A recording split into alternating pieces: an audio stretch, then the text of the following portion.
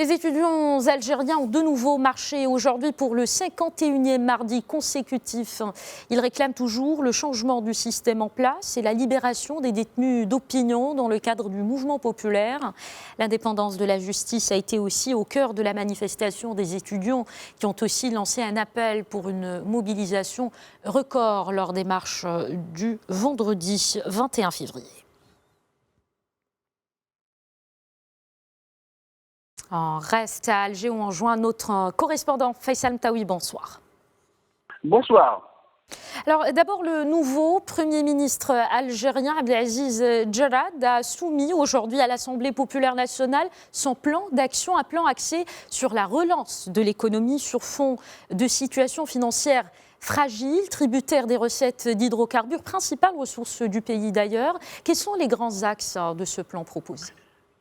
Absolument, et le Premier ministre qui a présenté son plan d'action à la Chambre basse du Parlement a parlé de situation financière fragile pour l'Algérie. Il a cité par exemple le chiffre de 45% de la dette publique, chiffre donc 45% du PIB, ce qui est un chiffre énorme. Il était de 26% en 2017. Il a également parlé d'un déficit de la balance commerciale qui s'approche de 10 milliards de dollars et réduction également des recettes de l'exportation des hydrocarbures. Il a appelé à une rationalisation des dépenses publiques, réforme du système fiscal, amélioration du système de l'investissement, puisqu'il y a beaucoup de problèmes, lutte également contre la fuite des capitaux, poursuite de la lutte contre la corruption qui a commencé depuis une année. Et il a aussi annoncé certaines mesures sociales, comme par exemple la suppression des taxes pour les personnes qui ont un revenu moins de 30 000 dinars algériens. Et il est question aussi de revoir le SNMG, salaire national minimum garanti. Mais dans son discours, le Premier ministre Abdelaziz Djerad a également évoqué la gestion désastreuse, c'est son mot, en parlant des années de Bouteflika qui a été marquée selon lui par la dilapidation des deniers publics, mais également par beaucoup d'affaires de corruption. Alors, Faisal, l'Algérie, théâtre depuis près d'une année, on le sait, d'un mouvement de contestation populaire inédit contre le régime en place, s'est plongé aujourd'hui dans une crise économique depuis 2014 déjà, après la chute de ses revenus pétroliers. Et qu'est-ce qui se fait sur le terrain concrètement pour relancer l'économie algérienne ? Oui, absolument.